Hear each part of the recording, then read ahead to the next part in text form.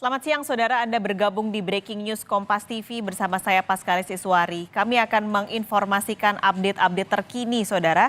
Pada hari ini pengumuman hasil pemilu 2024 di mana 20 Maret 2024 jadi batas akhir penghitungan suara pemilu 2024 berdasarkan Undang-Undang Pemilu nomor 7 tahun 2017. KPU hari ini kembali melanjutkan proses rekapitulasi penghitungan suara nasional pemilu 2024. Komisi Pemilihan Umum Republik Indonesia kembali melanjutkan rekapitulasi hari ini, saudara. Seharusnya kalau dijadwal pada pukul 10 pagi waktu Indonesia Barat, rapat pleno rekapitulasi suara nasional akan dilanjutkan untuk dua provinsi yang kemarin tertunda, yaitu untuk Provinsi Papua dan Papua Pegunungan. Yang kemarin malam KPU dari Papua dan Papua Pegunungan baru saja berangkat menuju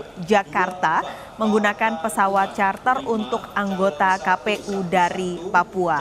Dan hari ini menjadi batas akhir penyelesaian rekapitulasi suara pemilu 2024. Hingga kini saudara, artinya sudah total ada 36 provinsi yang sudah rampung rekapitulasinya, dan berdasarkan penghitungan rekapitulasi sementara, pasangan Prabowo Gibran unggul di 34 provinsi, sementara Anies Baswedan dan Muhaimin Iskandar unggul di 2 provinsi. Kita akan menuju ke kantor KPU Jakarta bersama jurnalis Kompas TV Dian Silitonga untuk mengetahui update terkini. Dian, selamat pagi. Ini sudah menunjukkan waktu pukul 10 waktu Indonesia Barat. Apakah panel rekapitulasi sudah dimulai? Ya, Paskalis, sampai dengan saat ini pleno terbukanya belum dimulai, artinya panel A dan juga panel B ini memang belum dibuka, meskipun kalau sesuai jadwal harusnya proses rekapitulasi ini dimulai pukul 10 pagi. Nah, kita tentu akan menunggu nanti pukul berapa KPU akan memulai pleno terbuka atau penghitungan rekapitulasi untuk 2 provinsi tersisa, yakni Papua dan juga Papua Pegunungan. Kalau informasi yang kami peroleh pagi ini, provinsi yang sudah tiba di gedung KPU RI Jakarta Pusat adalah Papua Pegunungan. Sementara untuk Provinsi Papua Induk ini belum tiba di gedung KPU RI Jakarta Pusat. Karena kita akan pantau bersama nanti apakah Provinsi Papua Pegunungan ini akan terlebih dahulu melakukan rekapitulasi atau menunggu kedatangan dari Provinsi Papua. Tapi yang jelas seperti yang kita tahu bersama bahwa hari ini merupakan tenggat waktu terakhir yang dimiliki oleh KPU untuk menyelesaikan proses rekapitulasi ke 38 provinsi sebelum akhirnya nanti KPU mengumumkan atau menetapkan hasil pemilu 2024. Nah, seperti yang tadi sudah Anda sampaikan, Paskalis, bahwa dari 36 provinsi total yang sudah selesai melakukan rekapitulasi, kita tahu pasangan calon nomor urut 2 Prabowo Gibran unggul di 34 provinsi, sementara 2 provinsi lainnya yang unggul adalah pasangan calon nomor urut 1 Anies Muhaimin. Nah, kalau kita melihat pada aturan undang-undang tentang pemilu, sebenarnya ini sudah bisa terlihat meskipun ini bukan hasil final, Paskalis, karena kita tahu bahwa aturan satu putaran ini salah satunya adalah kalau pasangan calon ini kemudian unggul atau memperoleh suara 50% dari total suara, begitu, itu salah satu persyaratannya. Sementara dari hasil penghitungan 36 provinsi tadi sudah saya sampaikan bahwa Prabowo Gibran ini kemudian memperoleh lebih dari 50% suara, hampir sekitar 58% kalau hitung-hitungan terakhir kemarin. Nah, tapi kita masih harus tetap menunggu ini seperti apa nanti penghitungan final di hari ini, terutama untuk 2 provinsi pamungkas, Papua dan juga Papua Pegunungan, apakah nanti pasangan calon nomor urut 2 Prabowo Gibran juga akan unggul atau mungkin pasangan calon lain Anies Muhaimin maupun juga Ganjar Mahfud. Karena kita akan kawal bersama proses rekapitulasi hari ini, Paskalis. Oke Dian, ini kan jadi hari terakhir yang harus digelar, harus diselesaikan untuk rekapitulasi. Kalau melihat 2 provinsi lagi, Papua dan juga Papua Pegunungan yang harus diselesaikan pada hari ini. Adakah strategi-strategi yang disiapkan oleh KPU untuk mengejar deadline pada tanggal 20 Maret hari ini, Dian? Ya, tidak ada strategi khusus sebenarnya Paskalis karena KPU saat ini prinsipnya adalah menunggu kedatangan dari KPU daerah, terutama adalah Provinsi Papua, menunggu logistiknya datang untuk bisa bersama-sama dilakukan rekapitulasi dalam pleno terbuka.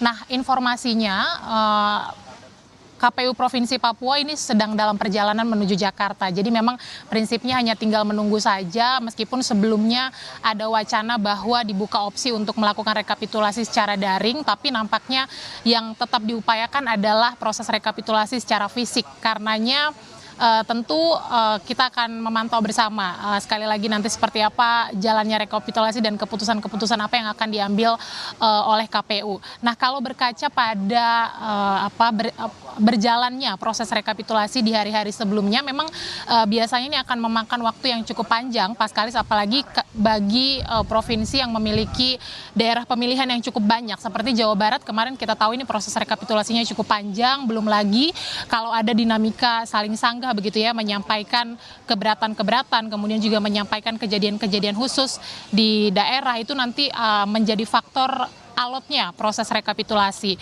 Nah, tentu kita akan memantau nanti apakah Provinsi Papua dan juga Papua Pegunungan akan cukup alot atau nanti akan berjalan cukup cepat.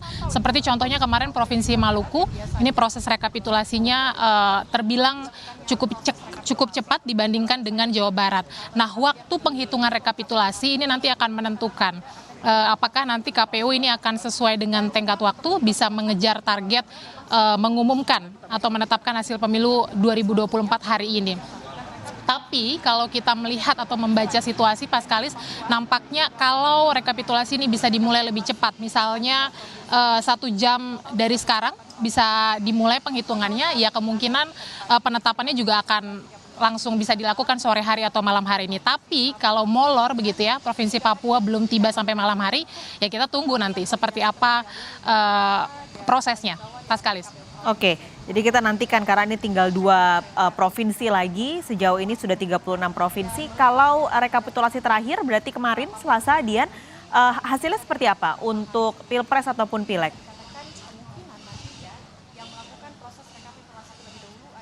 Ya, hari kemarin penghitungan dari Provinsi Maluku dan juga Provinsi Jawa Barat. Kita tahu di 2 provinsi ini pasangan calon nomor urut 2 Prabowo Gibran unggul. Untuk detail angkanya di Provinsi Maluku, Prabowo Gibran memperoleh sekitar 665.371 suara, disusul Anies Muhaimin dengan perolehan suara 228.557 suara, kemudian Ganjar Mahfud 186.395 suara, dan kemudian untuk di Jawa Barat Prabowo Gibran ini unggul telak, Paskalis, karena memperoleh suara sebanyak 16.805.854 suara, dan Anies Muhaimin menyusul dengan perolehan suara 9.099.674 suara, dan Ganjar Mahfud 2.829.995 suara.